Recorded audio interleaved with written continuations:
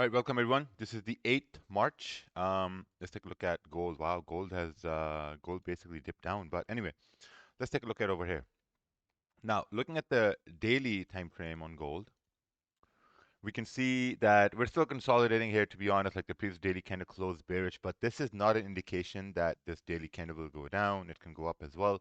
We'll have to take a look at the smaller time frames and see what's going on. Now, frame we can clearly see that we rejected this area, especially looking at this 4 hour.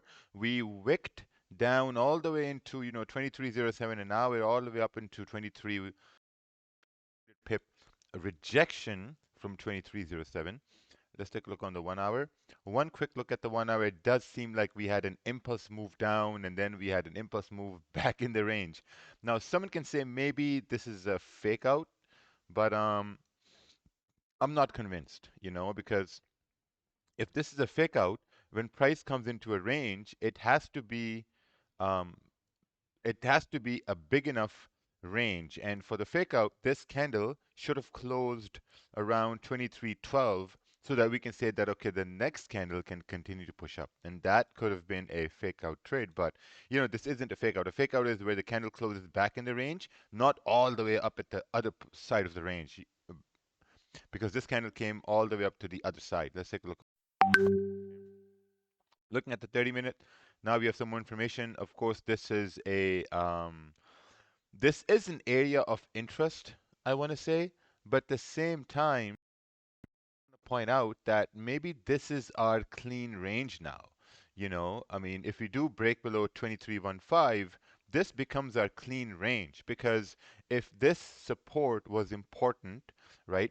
Okay, so if this support was important, this candle rejected support. Okay, it respected it. Awesome. The next one broke below this area, and this candle, it broke above this area as well. It didn't even acknowledge this area, which is why I said that if this was a fake out, this candle should have closed somewhere over here, kind of like, also respecting this area, but it didn't. It just continued pushing up. So maybe now this is where we have clean range formed, right? The 30-minute candle is also open. We have to adjust our zones now based on the 30-minute. Maybe we're creating a resistance here as well. If we do create this resistance, we can see that this candle, the 30-minute candle, it wicked up, didn't break the high of the previous candle, and now we're trying to see if we can continue to push down. But in this session, the session that's running now, the Tokyo, Sydney, Singapore session, in this session, the trend is bullish. Okay, we have to understand that in this session, the trend is bullish. Okay, so if the trend is bullish in this session, we're waiting for price to create some sort of a support, break support, and then potential sells. Don't take sells because one candle is closing bearish. No, let's take a look on the 30-minute or 15-minute a little bit. Okay, so 15-minute, yeah, that's an area of rejection there as well. I'm not going to spend too much time on the 15-minute actually. Let's take a look at this from this perspective here. So let's say if we're creating resistance at 2318, right? At 2318, and to the left-hand side, we have this range, 30, 32, 34 pip range here for price to move to 2320. So maybe that is an area of interest as well as we continue to push up. So that's going to be our one of the targets. Looking at the 30-minute, yeah, that makes sense. But now all we got to do is we have to wait for price to create some sort of a market structure because you can only get good trades when there is market structure formed. If there's no market structure formed, you cannot execute on profitable trades. So we have to wait for some sort of market structure formed on over here. Let's take a look at pound yen here now. Um, okay, so let's remove this and let's take a look on the daily time frame. Oh wow, look at all these zones here on pound yen. So the daily.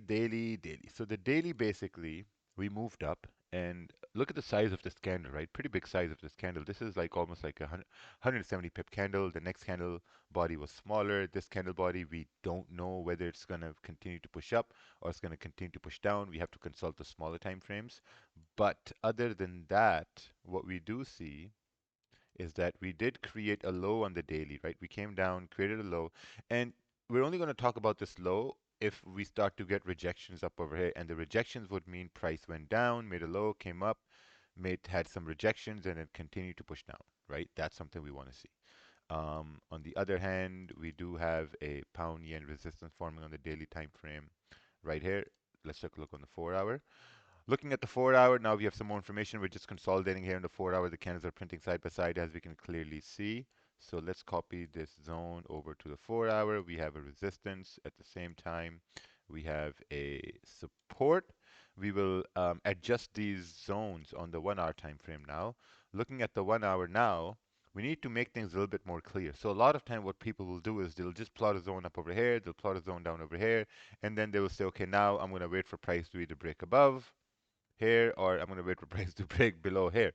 But since we are all not patient enough, we still start trading within this range. So um, just for that, now we're going to adjust the zones even more. So let's bring this down to this resistance area. This is the resistance we have on the 1 hour time frame, to be honest. Right here, this is the resistance. At the same time, I think we also have this support. All right, let's adjust this. Awesome. This is the support we have now at this point. Now, if pound yen, okay, let's take a look on the 30-minute here before we talk about pound yen.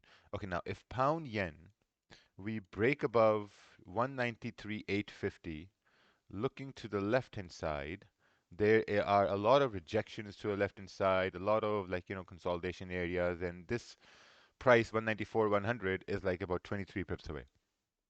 If someone looks for a buy above 193.850, the one question they can ask is, aren't you afraid of this rejection to the left-hand side? Aren't you scared of this rejection to the left-hand side? That's one problem people may have, that aren't you afraid? Aren't you scared? No, because if we do break above this area, 193, whatever, 193.850, and if there's time of volume, volume is on your side. We have to use volume as a weapon, because if we do break above 193.850 with volume, we can continue pushing up towards 194.100 with volume, right? Right now, we can see that during the session, we continue to push up. So the session trends become bullish, right? If it's bullish, again, we're waiting for some sort of support to form. If we form support, break of that support could mean price can continue pushing down. Again, break of that support. One candle closing bearish does not mean we're going to go down. No, sometimes it does go down, but it's better to wait for market structure for price to continue to push down. Okay, so let's see what happens.